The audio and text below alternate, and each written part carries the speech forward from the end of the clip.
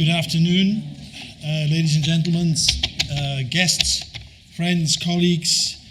It's a true pleasure to welcome all of you here on behalf of the trustees of the Needham Research Institute to the inaugural Joseph Needham Memorial Lecture. It's really great to see so many of you. I know some of you have traveled far. It's much appreciated.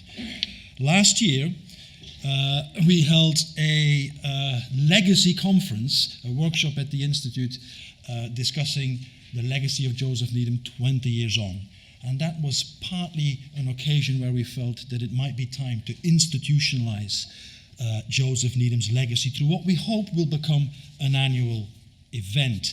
The event is a true cooperation between departments HBS, FAMES, Archaeology and Anthropology, the Master and Fellows of Gonville and Caius College, and we are very grateful for support from the Jing Brandt Corporation. And our thanks should also go to Professor Jianjun Mei, the director of the Needham Institute and his staff, as well as the staff and the fellows here at Clare College. Now, there is no greater privilege than to be able to launch a lecture series of this kind with the most distinguished speaker we could lay our hands on. And we are truly delighted that Sir Geoffrey Lloyd took up our invitation. Now, to most of us here, Geoffrey Lloyd needs little or no introduction. He is one of the 20th and 21st century's most important scholars, of course, of ancient culture and ancient philosophy. Not only has he revolutionized the study of ancient Greek and Roman science, but to the benefit and joy of many of us, Geoffrey had a true eureka moment in the late 1980s, when, following a trip to China, his mind too turned east. And this then led to an astonishingly productive second and still ongoing career in which he pioneered new comparative approaches to the study of ancient Greek and Chinese thought. Now, the thread that runs throughout Sir Geoffrey's comparative work is his indefatigable commitment to understanding ancient science and ancient worldviews on their own terms. And this willingness to think outside one's own tradition, paired with an enormous ambition to be curious, to paraphrase the title of a book he wrote in 2002, has led to this enormous body of work. I don't know, Geoffrey, whether it's 26 or 27 monographs by now and counting, but it is a magnificent body of work, often, of course, in dialogue with scholarship from anthropology, from sociology, and the cognitive sciences. I have no time for Geoffrey's honors, and I'm sure he would not want me to remind you of them, but there is one particular one that I would like to flag up, that is that Geoffrey in 2013 was the recipient of the Dan David Prize on the modern legacy of the ancient world. And Geoffrey has established the Lloyd Dan Fellowship at the Needham Research Institute, of which the first inaugural holder now is also present here. So there is generosity in scholarship and generosity in mind, and we are absolutely delighted that Geoffrey is with us here and that he has agreed to deliver the first Joseph Needham inaugural lecture. Geoffrey gave us a title: The Legacy Reviewed, the Agenda Revised, and Personal Reflections. Geoffrey, the floor is yours.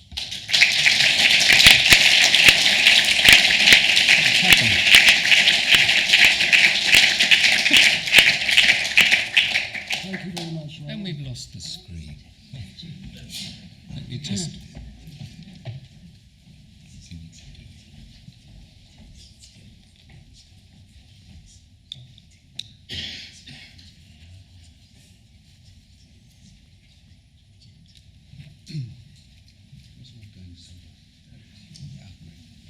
Is that okay? Just turn the lights down. Is it going to? Yep. There we go. Yes, okay. Right. Well, after that introduction, I don't know how I can live up to it, but I'll do my best. For Western scholars, Joseph Needham founded a subject, the comparative study of science and technology. No one before him had even begun to appreciate fully China's contribution.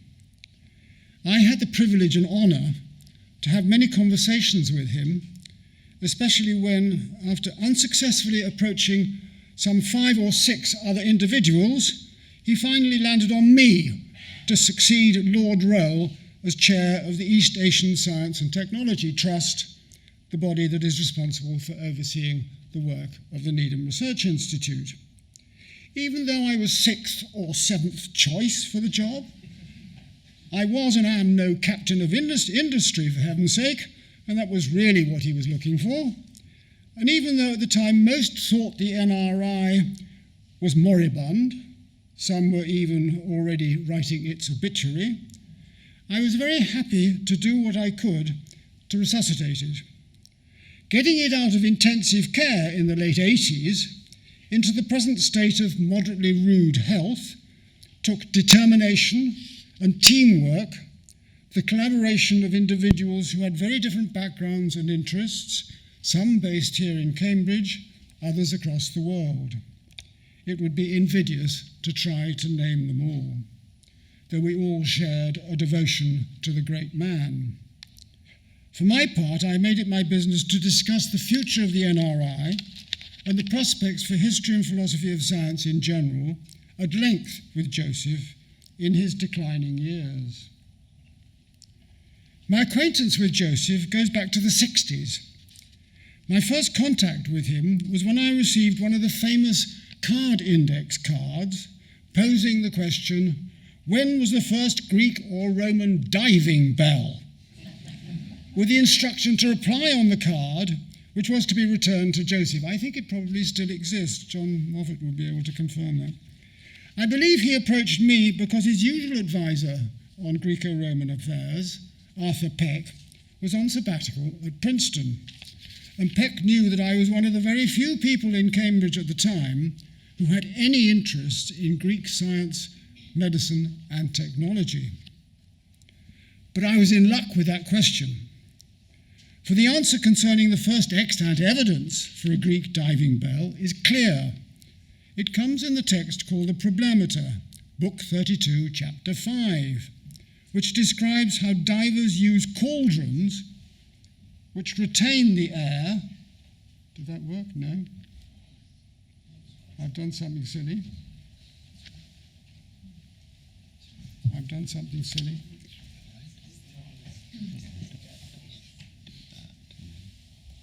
Here we are.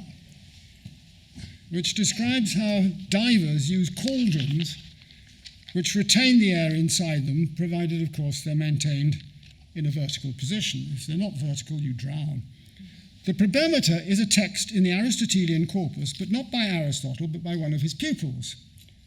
But it mostly dates to the late 4th or 3rd century BCE. Voila, problem solved. Then when I was senior tutor at King's in the turbulent days of the late 60s and early 70s, I saw Joseph as an important and prestigious ally in the furore that raged about student representations on college councils and faculty boards, the sit-in in the Senate House, and the protests at the Garden House Hotel in 1970, when the hotel was used to promote Greek products and so to support the dictatorial rule of the Greek colonels. He was kind enough to give me and my colleagues great moral support in the attempts we made to calm things down. But he explained that he couldn't actively engage in the work of the committees set up to consider various aspects of university reform. Why? Because science and civilization in China took precedence. Absolutely right. Nevertheless, he several times came to my rooms in King's to discuss the problems, always clandestinely. I was sworn to keep these visits confidential, all a touch reminiscent of the cloak and dagger intrigues of the warring states, but without the daggers. The multiple volumes of SCC are truly monumental. Yet the plan and execution are, as we all know, very much of their time. And this has certainly contributed to the relative lack of influence it's had in HPS circles in the West, by contrast to the continuing massive attention it still attracts in China itself. Joseph decided to organize the work according to Western categories: astronomy, mathematics, physics, engineering, medicine, and so on. He was convinced not just that science now is universal, but that these disciplinary boundaries can be used in relation to the science of much earlier times, where he had, of course, quite a preoccupation with who got to make which discovery first. By the time SCC Volume 7, Part 2 was published in 2004, the list of Chinese firsts had grown to more than 250. It didn't, incidentally, contain any mention of a diving bell. The image he famously and repeatedly used for the contributions of different ancient traditions was that of a plurality of different streams and rivers, all eventually converging to the great ocean of the unified science of today. But over and above the distraction with that question of priorities, there are two main problems with that way of organizing the material. First, as Joseph well knew, the ancient Chinese themselves didn't have exactly, in some cases not even approximately, the same concepts as ours of the disciplines they engaged in or of the boundaries between them. We may not have much difficulty in identifying what we may call Chinese medicine, but even there we must be careful. First, not to assume that what for them at any given period counted as health or well-being is what we may count as such. And that's problematic too, if we stop to think about it. And I'm not just thinking of the tricky issues involved in mental health. No more, secondly, did Chinese in pre-modern times have our modern Western concepts of disease causation, pathogens, and so not of combating them. And I have no need to remind you that our thinking on those subjects had a long struggle to emancipate itself from the legacy of Greco-Roman, Islamic, and medieval notions. Nor will you need reminding of the ongoing controversies in China, and not only in China, of the status and viability of so-called alternative medicine, where it's important, in my view, not to lump together all the practices associated with traditional Chinese medicine to attempt some overall verdict on its validity, however much some practitioners of biomedicine, and indeed some of TCM, may try to get us to do so. Not all of TCM is as straightforwardly efficacious as the traditional use of a species of Artemisia, Qinghao, as a treatment for malaria. Again, although some scholars have proposed that Chinese studies of the heavens, Qianwen, the patterns in the heavens, and Lifa, calendar studies, are roughly equivalent to the contrast we draw between astrology and astronomy, that's highly problematic. The patterns are not just investigated to yield predictions for events on Earth, and while calendar studies certainly bring mathematics to bear on the question and have that in common with our astronomy, they don't extend to geometrical models of heavenly movements or other aspects of astronomical theory as it's been practiced in the West. So Tianwen and Lifa don't map at all happily onto astrology and astronomy, and I should add that no more do Greek astronomia and astrologia, since although some Greeks could and did distinguish between A, predictions of heavenly movements, and B, predictions about events on Earth, on that basis, those two Greek terms can be used interchangeably. Analogously, any attempt to find a single Chinese category that corresponds to our physics is bound to force all sorts of issues, where again exactly the same point applies to the ancient Greeks. In practice, of course, what got to be included in the several volumes of SCC that were labelled physics covered a multitude of different fields of research and practice, both theoretical and practical. And the same thing applied to the various sections devoted to chemistry. I don't know whether you can read that, but you get the impression well enough, I'm sure, from wherever you're sitting. The question of the original indigenous Chinese conceptual categories is no mere quibble. The issue that SCC tended to finesse, but that has to be pressed, is this.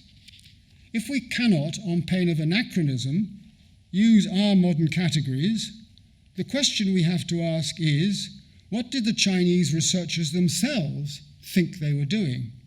And why? What did they imagine to be the payoff? How did their work reflect on or interact with the values of the society in which they lived? They couldn't have entertained the ambition to turn themselves into scientists, for no such category existed. Indeed, no such category existed in the West either until the 19th century.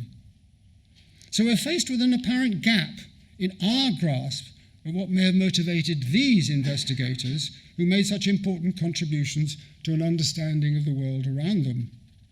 Nor should we imagine that the answer to those questions is uniform across all the fields that interested them and at every period when they did so.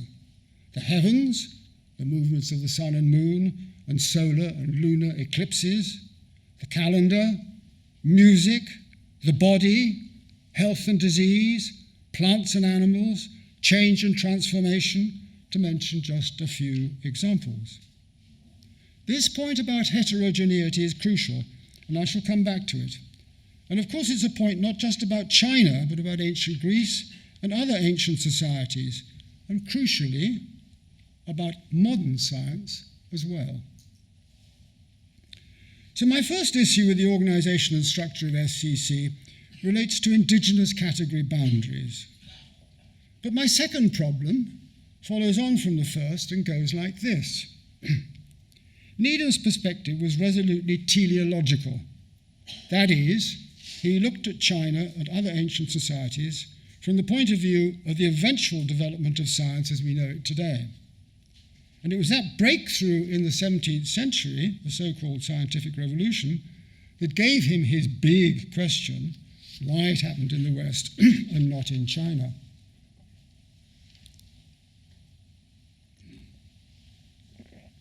But if we look at that from the perspective of the ancient investigators themselves, we get a very different and more fundamental agenda.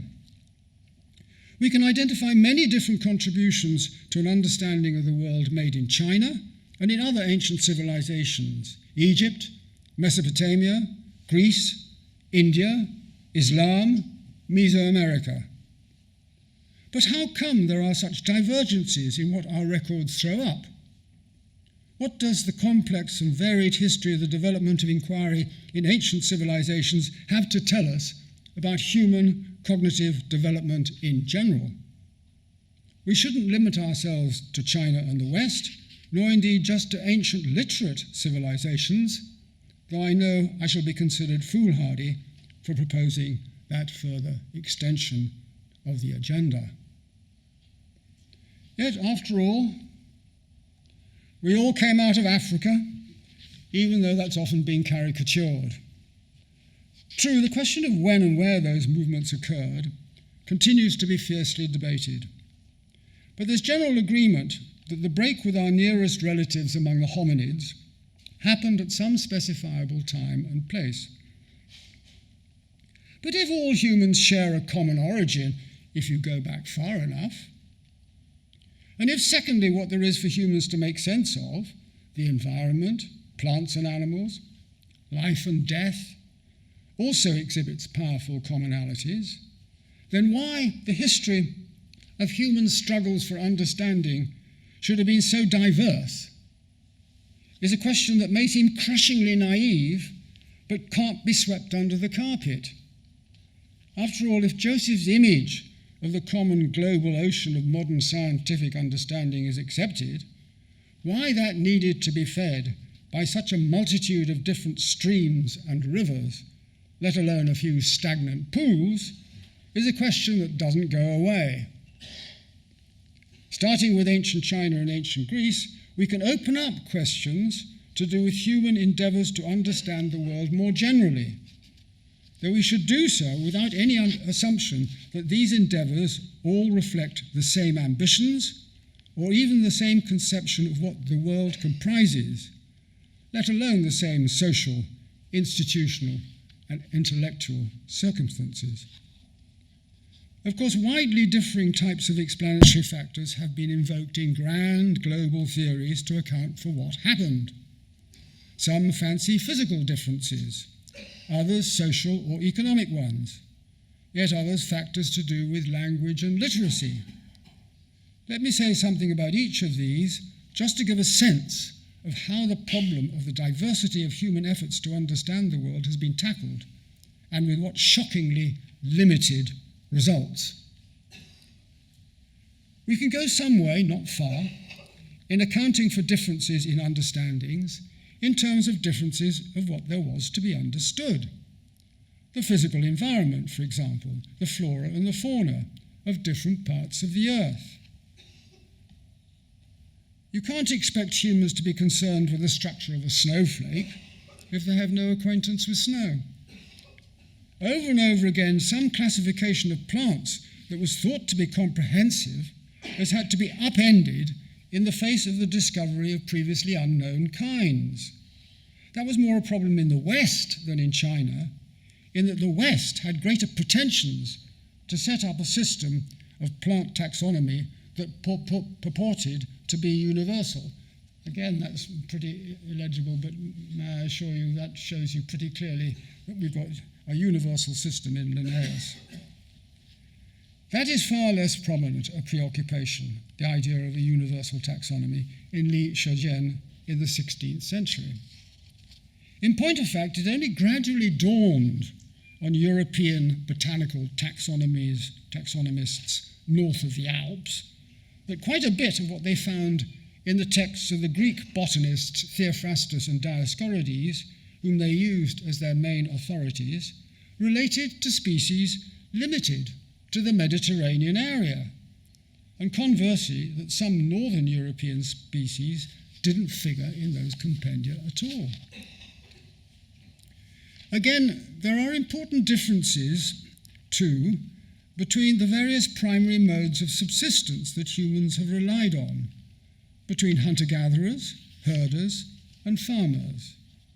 We now have a much firmer grasp of the major changes that occurred at different times and places, as also the shifts and transitions in theoretical and practical knowledge as various areas of technology came to be developed in agriculture, textiles, metallurgy, water management, urbanization, and so on, where quite a bit of the latest knowledge comes from research undertaken at the NRI or by scholars associated with it.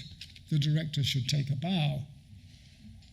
All of that helps a little bit to understand the nature of the progress in human knowledge and its uneven tenor in different societies, while leaving much quite unexplained. Joseph himself pinned his hopes on a combination of economic and political factors. Excuse me.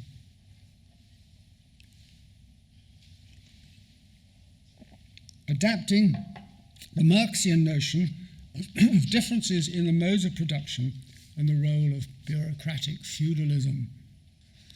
But as many commentators have observed, most pointedly perhaps Mark Elvin in his contribution to SCC Volume 7, that combination is a pretty crude tool to discriminate between China and Europe, and it has the signal disadvantage in implying a static economic and social regime in China down the ages.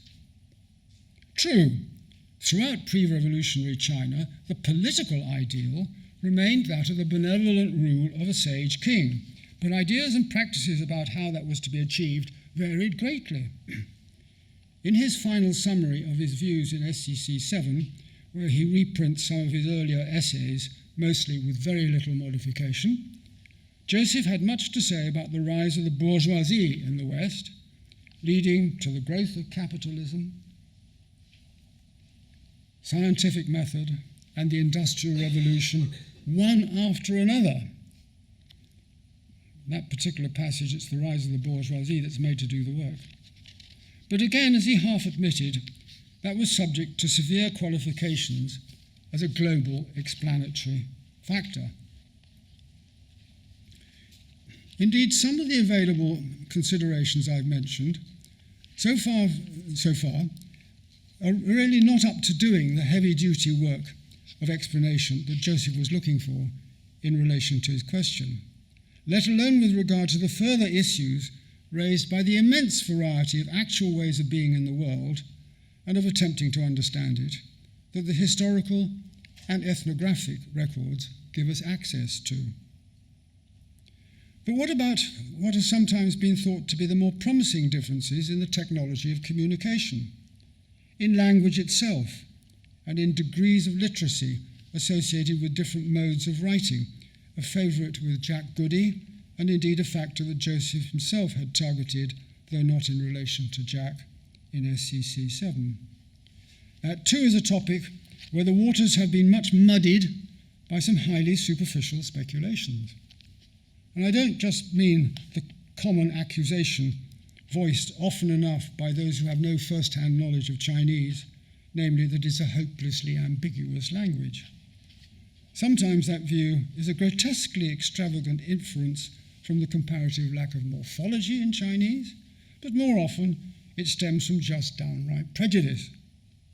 Ancient and modern Chinese writers and thinkers were and are usually perfectly capable of expressing whatever they wanted to express and with a degree of precision they think appropriate.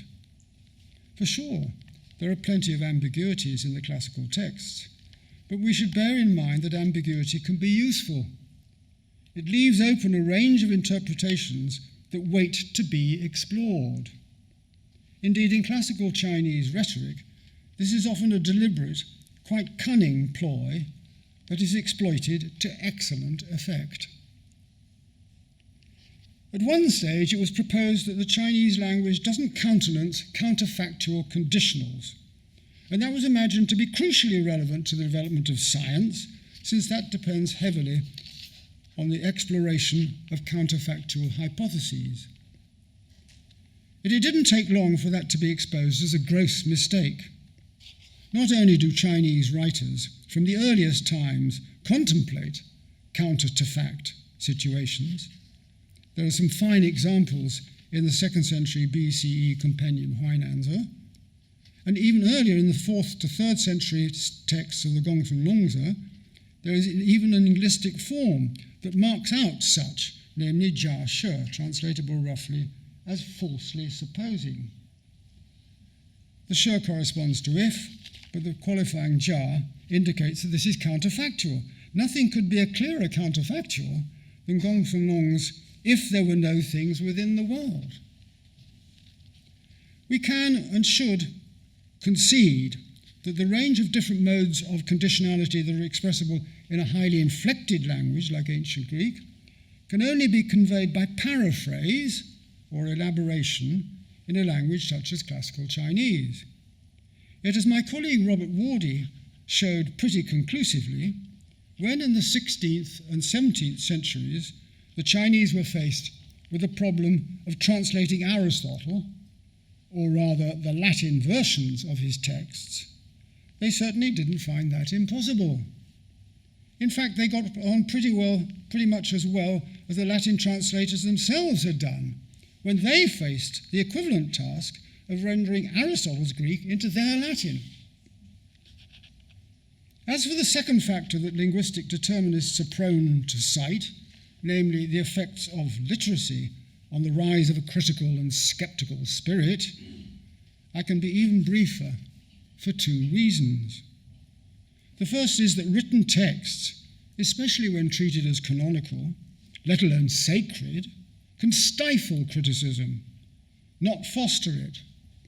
And secondly, that literacy as such does not, of course, discriminate between quite a few different ancient civilizations across the Eurasian landmass.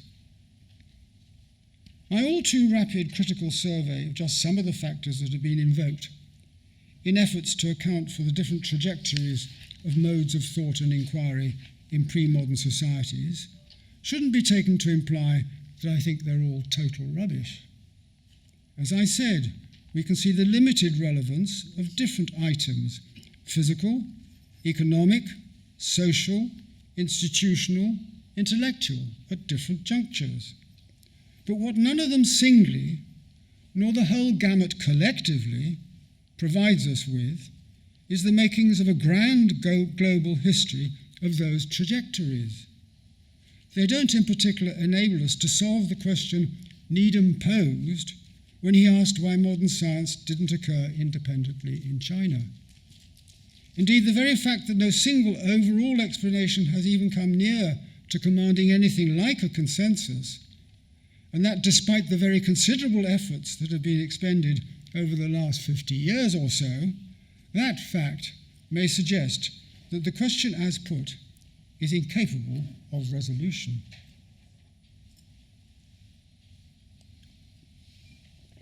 The conclusion looms that what Joseph continued to be preoccupied with was really an unanswerable question to which he himself failed to find a fully satisfactory solution.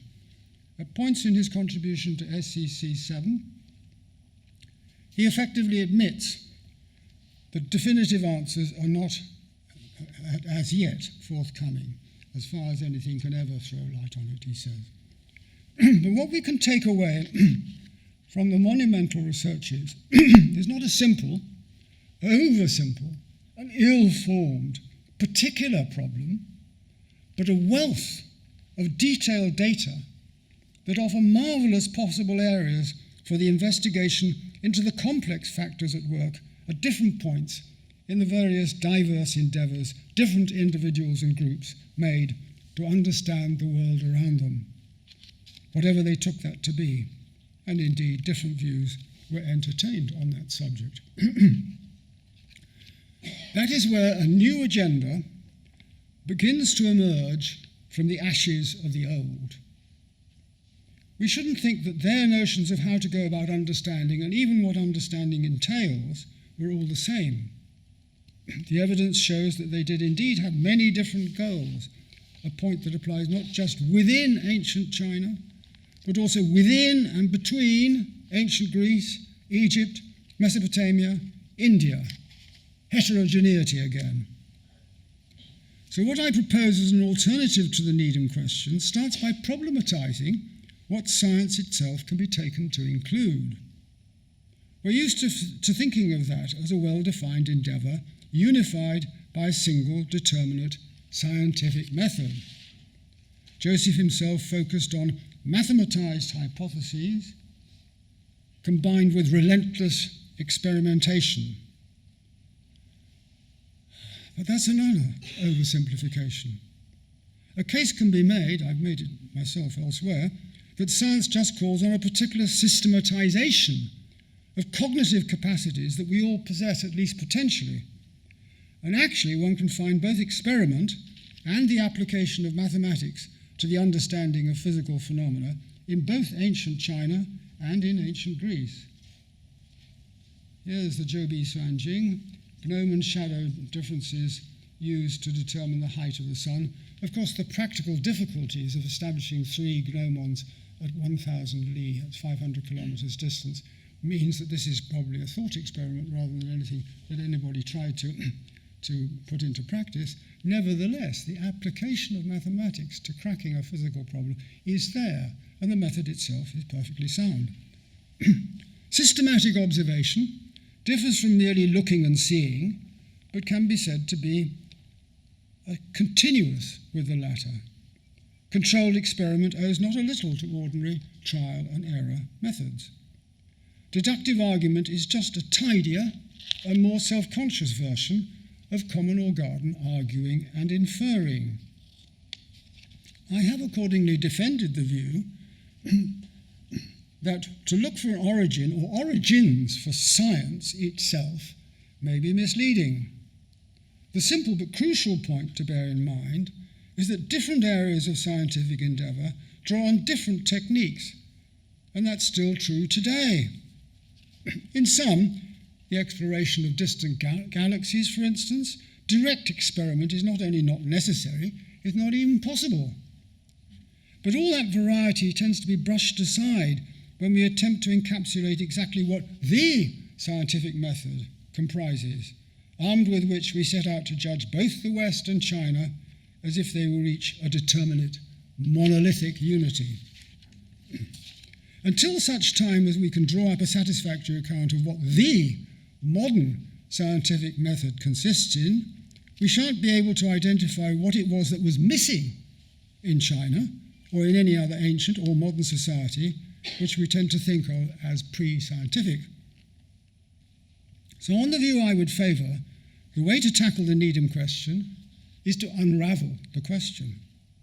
We shall then be faced not with what is supposed to be a single massive but quite unmanageable problem that lumps together everything that went into the scientific revolution and demands that we satisfy ourselves on the character of the scientific method that brought it about in the West and failed to bring it about in China or anywhere else.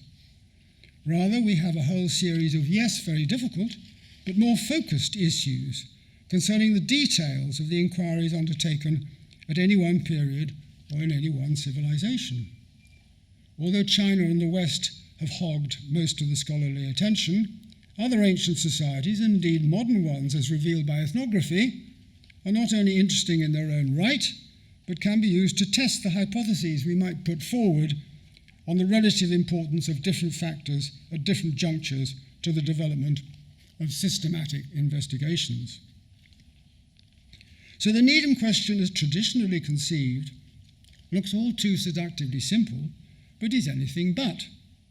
In fact, I believe it turns out to be an obstacle insofar as it tends to distract attention from where the real work lies, investigating what different individuals and groups were up to and achieved in the particular complex situations in which they worked, on which, of course, Needham has masses of important things to say in the thick pages of SCC. But there were many crucial turning points in the history of the development of science, and they all deserve our attention. To call them revolutions dramatizes them, but none was a well-defined historical event like the storming of the Bastille or of the Winter Palace. Besides, those major scientific changes occurred at different times and places depending upon the science we're talking about. In the study of the heavens, Babylonia, in the 8th century before the Common Era, marked a major breakthrough, for it was then that the regularities in planetary motion were first discovered. It was then that the reappearance of a planet, after a period of invisibility, came to be predictable. Then my colleague Nathan Sivan, in a famous article, Why the Scientific Revolution didn't take place in China, or didn't it?, pointed first to the work of the astronomer and polymath Shen Guo, or Shen Kuo, in the 11th century, and then identified a revolution carried out by the mathematician Mei Wending and his associates in the 17th century. Meanwhile, I have myself gone on at length about what different ancient Greeks managed or did not manage in different fields at different periods, and not just Aristotle proving the sphericity of the Earth and cutting up octopuses to investigate their reproductive systems, Archimedes in his bath, and Aristarchus failing to persuade his contemporaries that heliocentricity was the answer. More on that in a minute. In every case, we have to get to the specificities of the actual political, institutional, intellectual circumstances in which individuals or groups worked, and allow the diversity in the answers to those questions, not just as between Archimedes and Shen Guo and Copernicus, but also between Copernicus and Galileo and Kepler and Harvey and Newton. They were all great investigators for sure, but the ways they were great differed. Difficult questions, as I said, but one topic where I think we can make some progress relates to the conditions of possibility of innovation, when the different trajectories of science in the ancient Greco-Roman and Chinese worlds may even have some relevance for the situation we face today. Let me end with some observations on that, taking the instance of the study of the heavens in particular. The issue turns on the question of state support in ancient and modern scientific research. In astronomy, especially, the contrast between Mesopotamia and China on the one hand, Greece on the other, is striking. In the first two ancient civilizations, astronomy was an affair of state, but Greek astronomers had very much to go it alone. Two ingenious characters called Eudoxus and Callippus, they were on an earlier slide, I might go back to that. There we are. Were responsible for excellent work on the determination of the length of the tropical year in the 4th century BCE, but they held no official position, and their results were only half-heartedly implemented even in the city-state in which they lived, which was Athens, which should have known better. The contrast with China is startling, where eventually the Chinese Astronomical Bureau provided literally hundreds of Chinese researchers with regular state support. The advantages and disadvantages of the two kinds of setup, strong state support and its complete absence, are, I suggest, the mirror images of one another. With some support, the astronomers in Mesopotamia and China had to work to the state's agenda, but they had regular employment, and in China especially, teams of assistants. With no such help or recognition, the Greeks were far more at liberty to propose their own agenda, but had to earn a living as best they could, mostly, in fact, by casting horoscopes. The main alternative was teaching or lecturing.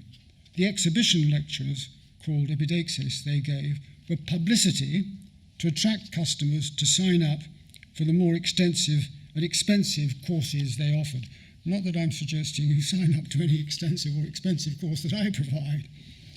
Naturally, in such circumstances, you needed to go all out to produce some startlingly original idea, which I held to be part of the reason why the ancient Greeks went in for such. Among the crazy ideas the astronomers came up with was the highly counterintuitive hypothesis that the Earth moves round the sun. Aristarchus was the first to propose that, but even before him, in the 5th century BCE, the Pythagorean Philolaus had suggested that the Earth is just another planet, moving not round the sun, but what he called the central fire. I'll have to go forward for that. Philolaus' model. He has a central fire that he conjectures to be in the centre of the world, and he has the Earth circling it like another planet. What the motivation was is quite unclear. But look what happened.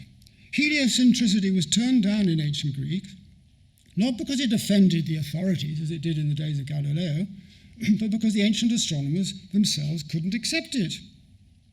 If the Earth rotated on its axis once every 24 hours, as it was necessary to assume for the hypothesis to work, you would expect that to have dramatic effects on the Earth's atmosphere. You could never get clouds moving eastwards, Ptolemy said, because they would always be being anticipated by the movement of the Earth itself.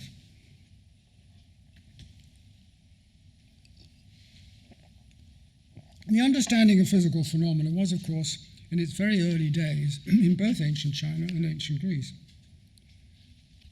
But the tension between orthodoxy and innovation has remained a problem ever since.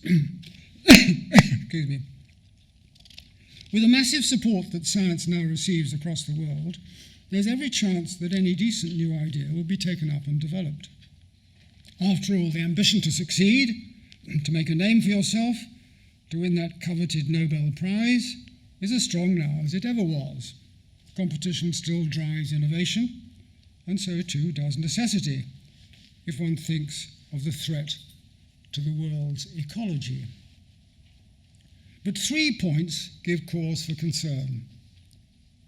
First of all, today's scientists have first to prove themselves master of what passes as received wisdom. They have had to jump successfully through the hoops of their BA, MA, and PhD degrees and postdoc positions. It's dangerous to display too much originality too soon in your career. Since that may not be recognized, you may find yourself marked down. And without your straight A record, how are you going to get to the graduate school you want? May I remind you that both Darwin and Einstein had very undistinguished undergraduate careers. Here's Darwin, not so long after he graduated from Cambridge with an ordinary degree. He didn't even take honours when he set out on his extraordinary voyage of discovery on the Beagle. How many nowadays could live that down to go on to do brilliant research? Secondly, as a matter of fact, the major innovations of 20th century science weren't accepted with open arms. I lived through both the plate tectonic and the DNA discoveries here in Cambridge. And in both cases, the principal proponents were, to start with, treated with suspicion, even hostility, and their scientific credentials called into question. When Crick was proposed for a fellowship in my own college, I was still at King's at that time, the provost took soundings from the current leading biochemists and was told that Crick's ideas were a flash in the pan, and that in a month or two nothing more would be heard of them. Thirdly, what gets taken up and sponsored reflects commercial and military interests as often it does the disinterested pursuit of the truth. In all of this, I think we still have a lot to learn from both the ancient Chinese model and the Greek one, from their contrasting strengths and their corresponding weaknesses. There are clear advantages from massive state support for science, as in ancient China, but also disadvantages in outside influences, whether governmental or commercial, on the agenda. Conversely, the Greeks had the advantage that individuals were free to go it alone, but then they had to, since there were no state institutions to back them up. In particular, we moderns, in both China and the West, have to continue to worry, as I said, about striking the right balance between state support and the individual's freedom of maneuver, particularly in relation to scientific research that raises acute moral problems. Don't think that that is an exclusively modern phenomenon. The pros and cons of stem cell research certainly are, but already in Greek antiquity, the practice of human vivisection for medical research raised an outcry, in some quarters at least. So now let me get back to the main point and recap.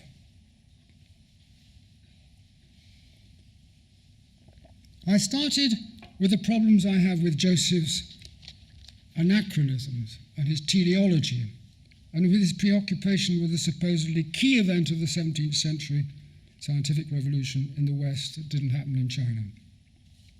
We should, I suggest, widen our remit to include the history of human attempts to understand the world and their experience of it more generally, which of course allows me to go on about the ancient Greeks. When we do so, we encounter many different limited breakthroughs that took place across different cultures and periods.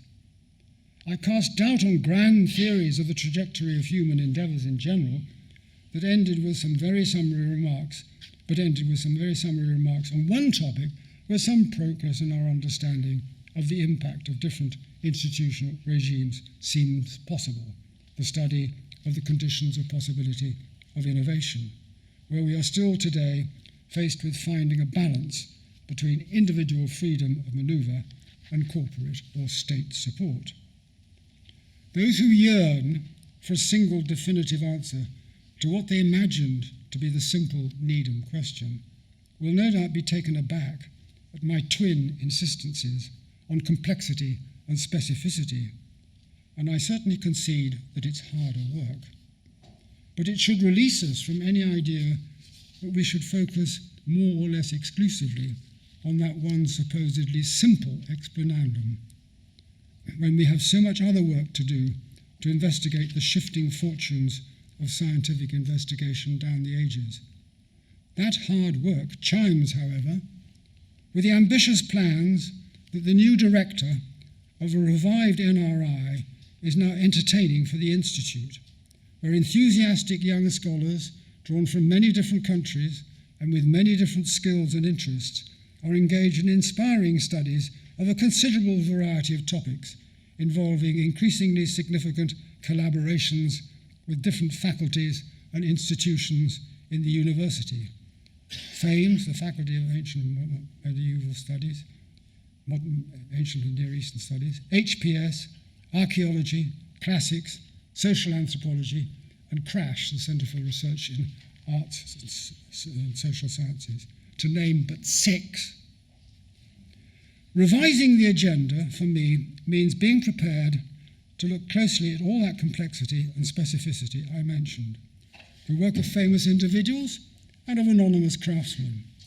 But reviewing the legacy means continuing the investigations that Needham launched, not in precisely the way he organised them, but recognisably in line with the spirit that animated his work, insofar as he set us all a shining example of the pursuit of the profoundest cross-cultural and interdisciplinary investigation of human endeavours to comprehend the world. Thank you.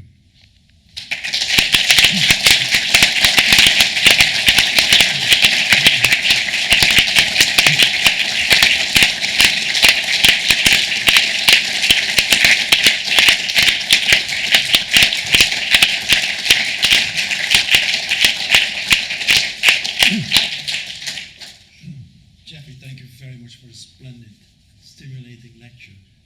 I know we've worked you very hard, not just this evening for the lecture, but also this afternoon. But would you be willing to take some questions? I'm used to having questions that are unanswerable, but I'll have a shot. Can I ask you to either speak up or maybe ask for a microphone?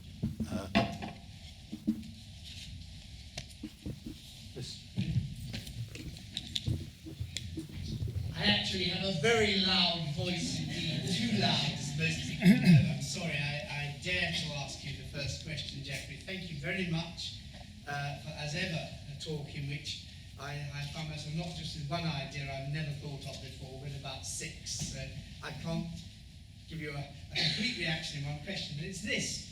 It's a question about practice, because this is what you were talking about, institutions and innovation and the practice within institutions. I've got used to the idea, the received idea that in the West, astronomical theories about diagrams of where the Earth is, where the Sun is, what they're all doing, their relative dispositions in space to one another, whereas in China, it's all just tables, right? That's the stereotypical contrast. That in China, you don't propose a model of the universe and then deduce how the celestial bodies are moving. You just look for the mathematical regularities and tabulate them.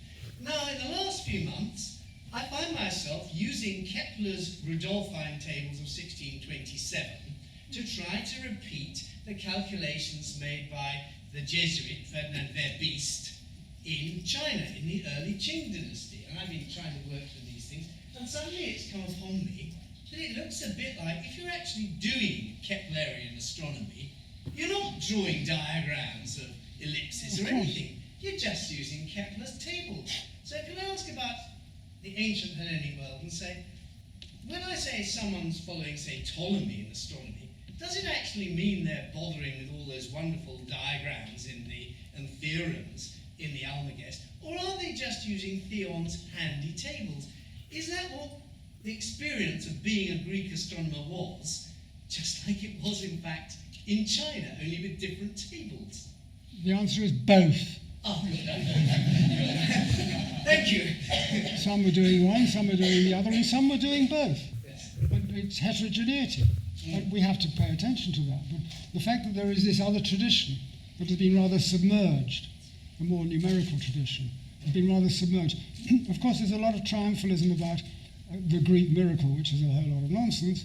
But one of the effects of that triumphalism is to bias what historians study in the ancient Greek world in favour, teleologically again, in favour of what lasted in later Western European speculations.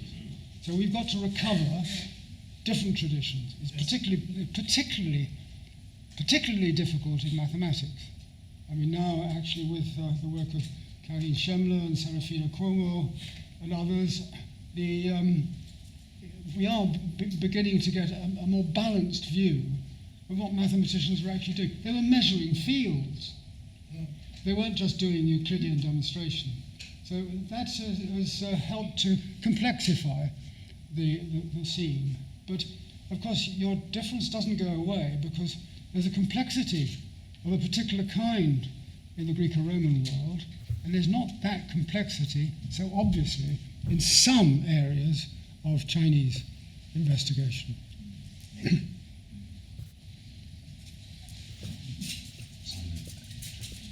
Some very unhappy faces in the audience here. I'm very happy. Thank you very much for that lecture.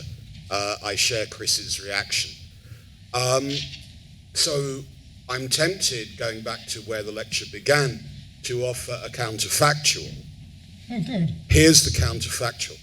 It seems to me that in the period around and since the appearance of Science and Civilization in China, Volume 7, two major developments of relevance in science studies in general and the history and philosophy of the European sciences in particular impinge quite obviously on the agenda that I think you correctly want to set for us. That is to say, attend to heterogeneity, attend to specificity. One is, in my view, the complete collapse of the thought that there is a global disjuncture in the pursuit of natural philosophy in early modern Europe. If we're looking for the conjuncture in which anything recognizably like modern technoscience emerges, it's the period between, say, 1780 and 1840. And that might change completely the explanandum of what up till now has dominated these kinds of debates. But secondly, and this is really what I would love you to say a bit more about, both in the history of technology and in the wider field of science and technology studies, it seems to me that the explanandum has become, how do we explain agreement? How do we explain community formation? Not how do we make sense of the conditions of possibility of innovation, Right. because that's pervasive. What's rarer, much, is the production of community, Sure. of agreement, of ways of recognizably going on in the same way. So that this is massively the case for recent strong work in technology history, where adoption rather than innovation has become Right. the That's focus very helpful. of work. Would that be a resource for the program you want us to pursue? I think it certainly would, yes. But the interesting thing about agreement and consensus is that it's against a background of controversy. The controversies are still pretty vibrant, and so it was that much more difficult to arrive at a consensus. But what cements a particular group together, that is something that I think we're still feeling our way towards some kind of model to account for that. But it certainly is an important addition to what I was talking about when I was talking about innovation. So thank you. And we'll see if we can get a couple of postdocs to... Where's the director got to? Yes. Hasek.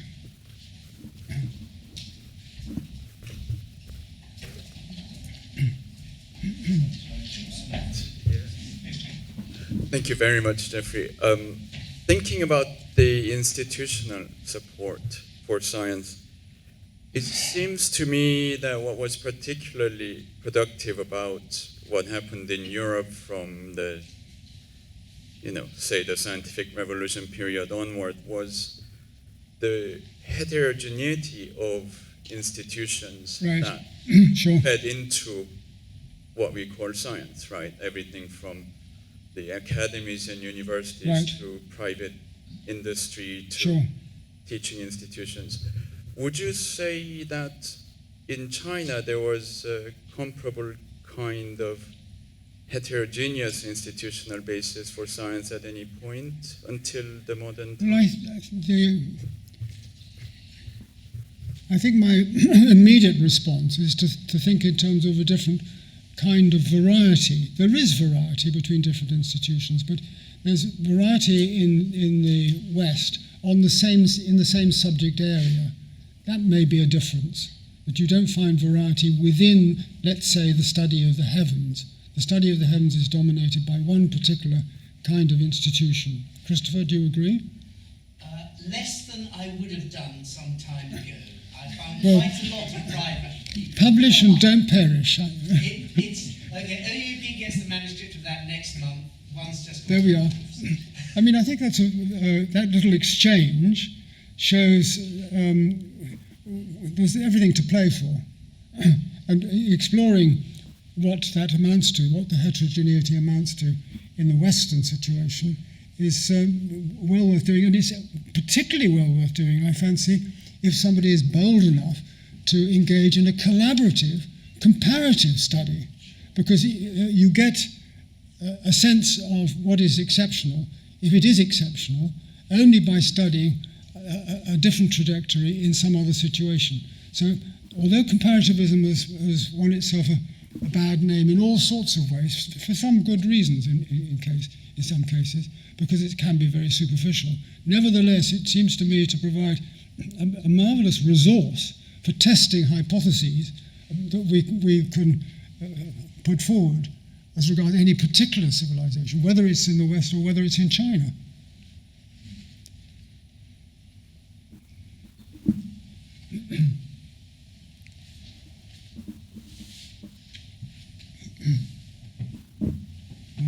Thank you very much. You gave a good introduction about how social factors affected the difference between the sciences. Can you explain a little bit more about how the differences in the philosophies, religions, and how people viewed the world could have affected the development of different sciences in different areas of the world? Well, no, that requires several rather detailed expositions, I'm afraid. But I hope I've said enough to suggest the way in which I would begin to tackle those kinds of questions. But to try to sum it all up in a couple of words is, I think, beyond what I can do in this context. Excuse me.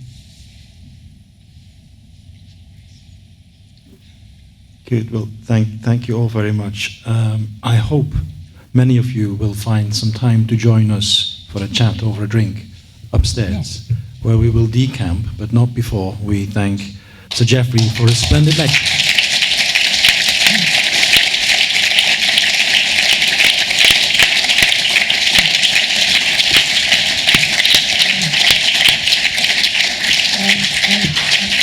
I apologise for my voice. If it had been 4 hours earlier in the day, I would have been more articulate. Right. That was just excellent. Well, I didn't say that. Thank you very much, Tom. Excellent. Okay. Excellent. Well, It's a family. Oh, see. Some more water. no, it's okay. Have a drink. I'm sorry. It was very obvious that my voice was cracking. It's Yeah. And